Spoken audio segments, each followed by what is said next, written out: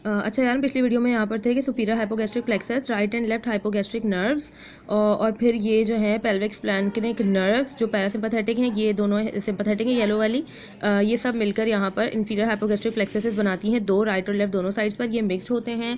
अच्छा देखो, inferior hypogastric प्लेक्ससेस जो हैं ये इसमें देखो यहाँ पर लिखा हुआ है सिंपैथेटिक और पैरासिम्पैथेटिक फाइबर्स दोनों होते हैं और विस्ट्रल एफरेंट भी होते हैं। विस्ट्रल एफरेंट यहाँ से आ रहे हैं, ठीक है, सिंपैथेटिक और विस्ट्रल एफरेंट यहाँ से आ रहे हैं, ठीक है। अच्छा ये एक चलती कहाँ से है, continue through the lamina of the hypogastric sheet to the pelvic viscera upon which they form sub plexus. अच्छा ये बात इंपॉर्टेंट है, देखो पेल्विक विस्ट्रा में आने के बाद ना वहाँ पर यानी कि पेल्विस में आके ही क्या करती है, वहाँ पर सब प्लेक्ससेस बनाती है जो कि सारे मिलकर पेल्विक प्लेक्ससेस कहलाते हैं।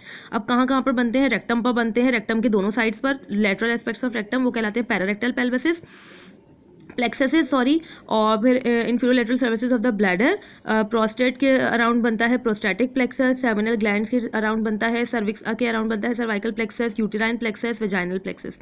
ये सारे प्लेक्ससेस ऑफ वेन्स बनते हैं, जो नर्व्स बनते हैं, सॉरी प्लेक्ससेस और नर्व्स बनते हैं इन सारे पेल्विक विस्ट्रा के अराउंड, और यही इनकी जो है ऑटोनॉमिक सप्लाई होती है, ठीक है, ऑटोनॉमिक सप्लाई होती है, क्योंकि यार ये सारे ऑर्गन्स जो हैं तो ऑटोनॉमिक ही चलेंगे ना, क्योंकि ये हमारे कंट्रोल में तो होते नहीं है, इनवॉल्यूंट्री हैं, तो इनकी सारी ऑटोनॉमिक सप्लाई होती है। और ऑटोनॉमिक सप्लाई देखो, ये पेल्विक ऑटोनॉमिक नर्व्स पढ़े ना, सैक्रल सिंपैथेटिक पढ़ी थी पहले, फिर हमने पढ़ी थी पेरी आर्टीरियल प्लेक्ससेस और हाइपोगैस्ट्रिक प्लेक्सस, अब हम पढ़ रहे हैं, ठीक है ना, ये वाली हम पढ़ रहे हैं, ठीक है। तो फिर हमने ये पढ़ लिया कि इसके सारे सब प्लेक्ससेस जो हैं वो सारे इन विस्ट्रा को सप्लाई करेंगे, ठीक है। तो अगर इनकी नर्व सप्लाई पूछी जाएगी तो मेनली क्या होगा भाई, उसका वजाइना है तो वजाइनल प्लेक्सस।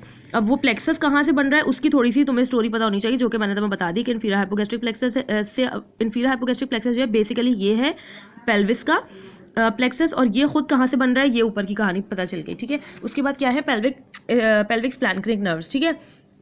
स्प्लैंक्निक नर्व्स वो वाली नर्व्स होती हैं जो कि विस्ट्रल एफरेंट और विस्ट्रल इफरेंट दोनों फाइबर्स लेकर जाती हैं, ठीक है। तो ये पेल्विस की कुछ स्प्लैंक्निक नर्व्स भी हैं जो कि स्पाइनल नर्व्स के एंटीरियर रेमाई S2 S3 S4, यही वाली रूट वैल्यू जो है वो पुडेंडल नर्व की भी थी, याद रखना, तो ये उससे सिमिलर है, तो उस तरह में याद हो जाएगी। They conveys presynaptic parasympathetic fibres derived from S2 S3 S4 spinal cord segments, ठीक है। Sacral outflow of the parasympathetic craniosacral nervous system है ये, ठीक है। ये बनाते हैं visceral efferent fibres from cell bodies of the spinal ganglia. इसकी इतनी डिटेल में जाने की जरूरत नहीं है, ये देखो ये इंपॉर्टेंट है, इसको जस्ट एक दफ़ा तुम रीड कर लो, अगर चाहो तो इसको पॉज करके रीड कर लो। अच्छा देखो इसमें लिखा हुआ क्या है मैं तुम्हें बताती हूँ। अच्छा इस पैरा में क्या लिखा हुआ है वो मैं तुम्हें इस डायग्राम से समझाती हूँ। देखो ये इस पैराग्राफ में ये बता रहे हैं कि देखो पेल्विक स्प्लैंक्निक नर्व जो है ना वो हाइपोगैस्ट्रिक और पेल्विक सिस्टम जो पूरा बन रहा है ये नर्व्स का, ठीक है। इसमें जो है सिंपैथेटिक फाइबर्स जो हैं वो आ रहे हैं लंबर स्प्लैंक्निक नर्व से, और पैरासिम्पैथेटिक फाइबर्स जो आ रहे हैं वो आ रहे हैं कहाँ से आ रहे हैं, पैरासिम्पैथेटिक फाइबर्स पेल्विक स्प्लैंक्निक नर्व से। देखो मैंने यहाँ पर इसको इस तरह किया हुआ है, सेक्रल स्प्लैंक्निक नर्व से सिंपैथेटिक फाइबर्स आ रहे हैं SS, और पेल्विक स्प्लैंक्निक नर्व से पैरासिम्पैथेटिक फाइबर्स आ रहे हैं PP, ठीक है। ये देखो ये इन्होंने यहाँ पर मार्क किए हुए छोटे छोटे ग्रीन वाले, ये हैं पैरासिम्पैथेटिक आ रहे हैं पेल्विक स्प्लैंक्निक से।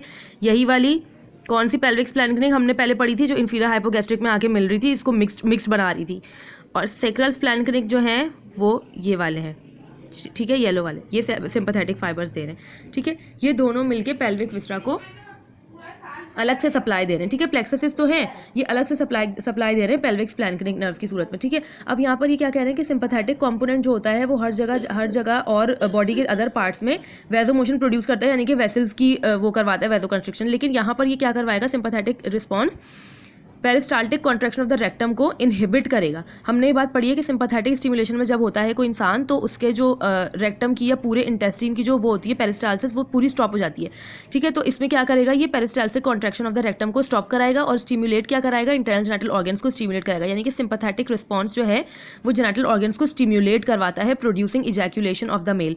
अब ये बात यहाँ पर याद रख लो कि मेल में जो इजैक्यूलेशन का प्रोसेस है ना ये सिंपैथेटिक रिस्पॉन्स है, इजैक्यूलेशन सिंपैथेटिक है, और इरेक्शन जो है ना वो है पैरासिम्पैथेटिक, ठीक है।